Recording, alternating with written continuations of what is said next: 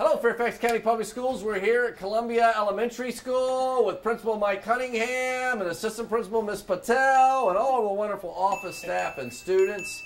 And we're here with Mary Beth Luftglass, and we're going to look today at digital resources. You know, Portrait of a Graduate is about communication and collaboration skills, and how are digital resources really helping us advance Portrait of a Graduate in classrooms here at Columbia. So let's go. Mike, what do you want me to know before we go in about the digital resources and what's going on in your elementary school? We're really excited to show you that we was awarded a grant last year through DIT. Yes. And this was a project that our staff wanted to do, create more online resources for the kids, and they're using it to create a book.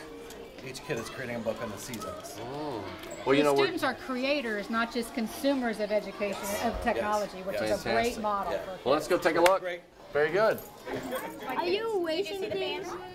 What are they working on here? What digital resource is this? So this is called Book Creator. It's one of our approved apps that they can use to add videos, they can draw, they can take pictures, they can add audio. So these kids are all using all those media to teach us about trees as they're doing their science unit. So they really can create a book online. Yeah, and then they can print it out, make an ebook, share it with their parents. Oh, that's so powerful. Yeah. And you mentioned it's an approved app. Why is the approval process of these sort of resources so important here in Fairfax County Public Schools? We have great people in central office who spend all their time making sure that they are secure, that they're not, the apps that we use are taking good care of the data of our kids. They're not sharing things they shouldn't. They're really good educational tools. They align with our curriculum.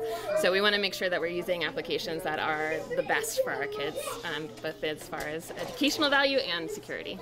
So our teachers, as you know, are very busy trying to make sure that they have all the best tools. And one of the nice things about having a vetted process and a vetted list of tools is it saves them time and effort from having to do a lot of that research on their own. So providing those tools that have been vetted, that have made sure that they're safe and secure, is one thing that we can provide a value added to our teachers. One of the nice also things, it provides some consistency. When students and teachers may go from one school to the next, they can see tools that they've already learned how to use. Our school-based technology specialist, our wonderful Espitz here, is able to teach our teachers how to use these various tools, so there's some consistency in professional development and consistency with our schools and our teachers learning how to use. So if I'm new to Fairfax County Public Schools as a new teacher, or I'm a veteran teacher but I'm not particularly technology savvy, where do I start to really know where these approved digital resources are? So FCPS, in partnership with the Information Technology and Instructional Services, have developed an FCPS digital ecosystem site.